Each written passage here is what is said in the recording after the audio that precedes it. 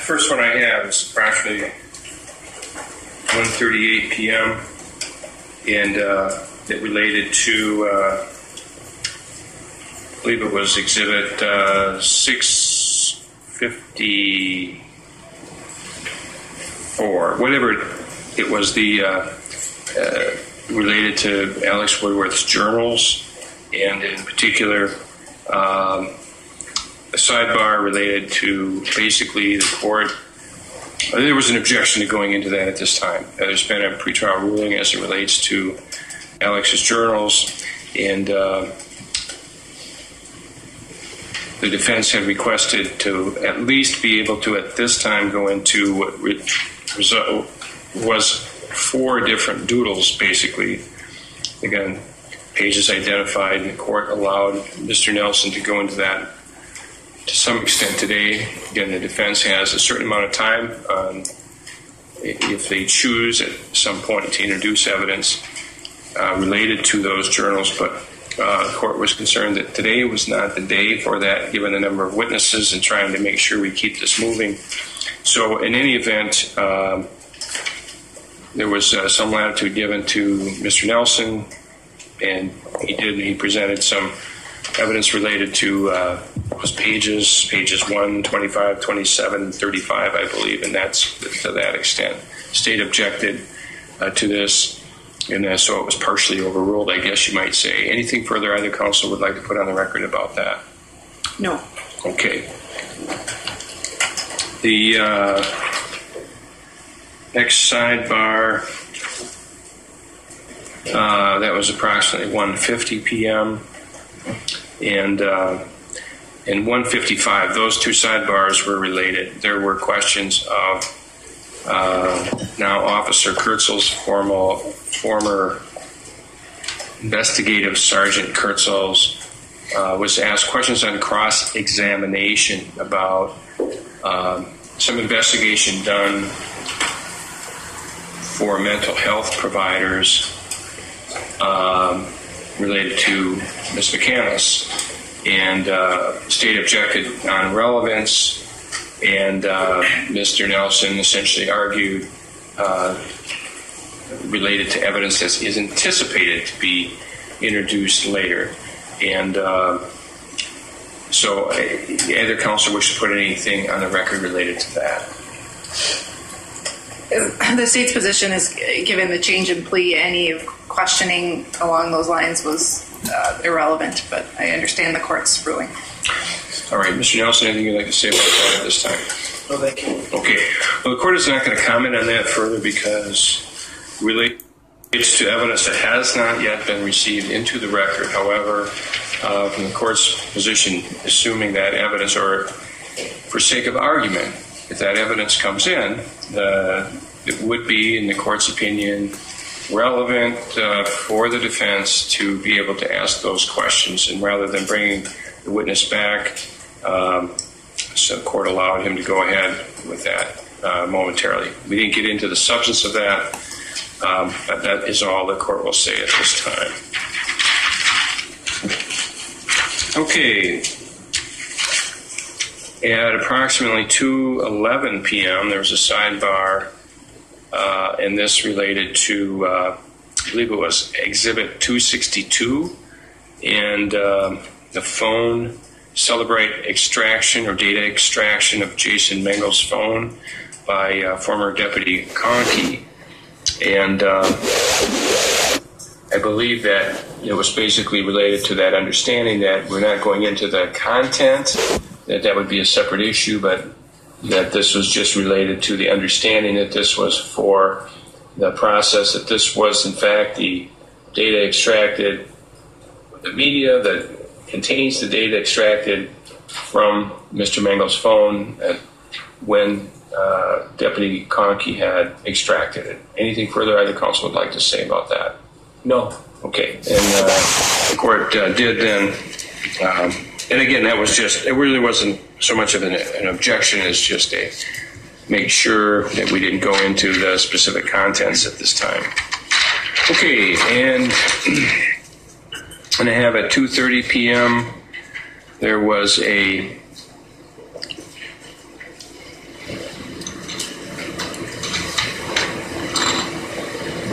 sidebar related to a hearsay objection. And Captain McRoberts was testifying, and we got to a point where there was a question that related, or he was in his answer talking about getting a phone call from then investigator or Deputy Conkey. And we had a sidebar, and there was basically a discussion that there was an understanding that they weren't going to go into the specifics of that and go directly to, I think, the issue of him having searched a particular area and then finding his cell phone. But I don't think the specific hearsay was ever related. Mr. Nelson, anything further on that you'd like to say? No, Judge. Okay, Ms. Nodal? No. All right. Then it takes us to 246. There's a sort of a double sidebar related to the Instagram account of the defendant. The actual first, the sidebar, there was an objection about saying what the Instagram account was. We'd had a previous discussion and an order by the court prior to opening statements that I'm not sure how to characterize it. It wasn't exactly a moniker, but a comment on the Instagram page. But the defense was objecting to the actual use of that at this time, for the same reasons it objected to the use of it in opening statements. And but the actual name of the account was allowed, and that was clarified that that's all they would get into at this point, and that related to the name. But on the second sidebar, the defense was asking that be bleeped out so that that particular account would not be blown up because of the coverage of the trial. So I'm not going to repeat the name of the Instagram account at this time, so we don't have that problem repeated. But in any event, anything further counsel would like to say about that issue? No. No, Judge. Okay.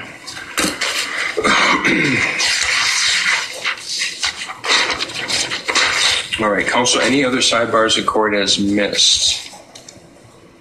No, Judge. Okay, anything else that either counsel would like to put on the record? I guess starting with the state, given they're presenting their case in chief. Yes, Your Honor. Two matters that I'd like to address before we close for the night. The first matter, one of the earlier witnesses tomorrow is going to be Kevin Scott, who's a DNA analyst. And when we had, I don't remember if it was before we started the trial or early on at least, we had raised the issue of one of the swabs from the sexual assault nurse examiner kit, which was the mons pubis swab of the defendant, was a low-level mixture of at least 3 males. It says profile is suitable for exclusionary purposes only. And then the only thing they can say about it is that the possible contribution of DNA from Alexander Woodworth and Jason Mengel is inconclusive due to the limited amount of genetic information available. We don't believe that any of that any of the results from that are relevant or admissible. And the fact that it can't exclude them, it just says a possible conclusion or contribution is inconclusive. I don't think that evidence is admissible at this point in time and in this matter. And so we would just ask that Mr. Scott not be asked about the mons pubis swab. Is there just one mons pubis swab? Yes, Your Honor. And how can that be identified, at least from the reports or your DOJ documents? So it is on page DOJ 001876. It's the report, the crime lab report dated November 14, 2018. It's labeled report number 13 for case number W18-603. All right. And Mr. Nelson, did you want to address that issue? Yes, just briefly now. I don't have the report in front of me. I wasn't prepared to make the argument, and so I'd like to be able to talk about it tomorrow. But just briefly, the state has the burden of proof. And as we all know, one of the jury instructions is they can consider the evidence as well as the lack of evidence, as well as any reasonable hypotheses consistent with her innocence. If the state wants to present evidence that they had an area tested and that test excludes one person, I think the defense should be able to say, but it doesn't exclude this other person. They tested it to try to exclude Alexander Woodworth, and they were not able to exclude Alexander Woodworth. That is relevant information. That's what we should be able to ask about. Did you test that? Did you do that? And imagine it doesn't exclude about 10 million other people. Okay, well, start. I'm sorry. Briefly, Judge, Your Honor, I believe was saying, well, it doesn't exclude 10 million other people. They didn't test for 10 million other people. They tested to try to exclude Alexander Woodworth. They tested to try to exclude Joshane Carlin, and they tested to try to exclude Jason Mangle. I don't know that they tested to exclude anyone else. And so the 10,000, 10 million doesn't matter. They didn't test for all of those other people. They specifically tested to see if they could exclude Alexander Woodworth, and they were not able to do so. And then if I could, I know we're not normally tag teaming, but it looks like Ms. Vishny has some things to add. Is that appropriate, Your Honor? That's fine. Go ahead. Thank you. Again, I don't have the report in front of me, and the DNA experts are not my witness, but I'm well aware that the crime lab frequently sends out a very minuscule amount of DNA cells to a company called StarMix, STARM. I don't know if it's MX or MIX. Or there's also another company called True Allele, ALLELE. And these companies can take extremely small amounts of DNA and use something called probabilistic genotyping. There's a lot of controversy around it, but I have seen StarMix used by the Wisconsin State Crime Lab, and I don't believe they did that here. Well, first off, and a couple of things about this. But I could be wrong because I don't have... No. Hold on, let's not talk over each other. I'm switch over to Mr. Dufour. This was only a YSTR analysis, number one, so they couldn't do probabilistic genotyping. That only works with a full DNA sample. This was a YSTR. And if counsel believes that somehow the fact that Alexander Woodworth and Jason Mangle, their possible contribution is inconclusive, then I think it's also then important and relevant that it's a low-level mixture of at least 3 males. If we're going to have it in, we're going to have the whole thing in, not just part of it. All right. Well, what I'm asking the defense to do is if you can tell the court tomorrow morning, again, we'll start at 8:15, you tell the court why that would make any proposition of significance in this case more likely or less likely. It sounds to the court that, and we've argued about this before, and I've read it, but I want to review that. But it seems to me that it's a no opinion. It's like they can't give an opinion. It's not a clearly it can be excluded or it can't be excluded, or that our opinion is we can't exclude him as being a contributor to this. And also why, if part of that came in, why the rest of it wouldn't come in. As I understand it, there was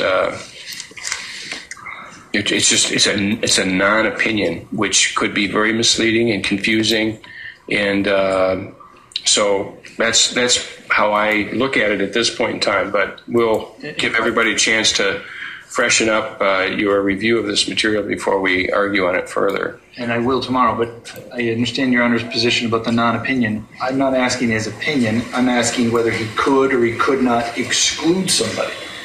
His opinion about whether he could include somebody is different. I'm asking whether he has an opinion that he can exclude somebody. And so I think that's the other side of the same coin, perhaps, but it's on more firm footing, and I can articulate it in more detail tomorrow morning. All right. Well, we'll give you a chance to do that in the morning.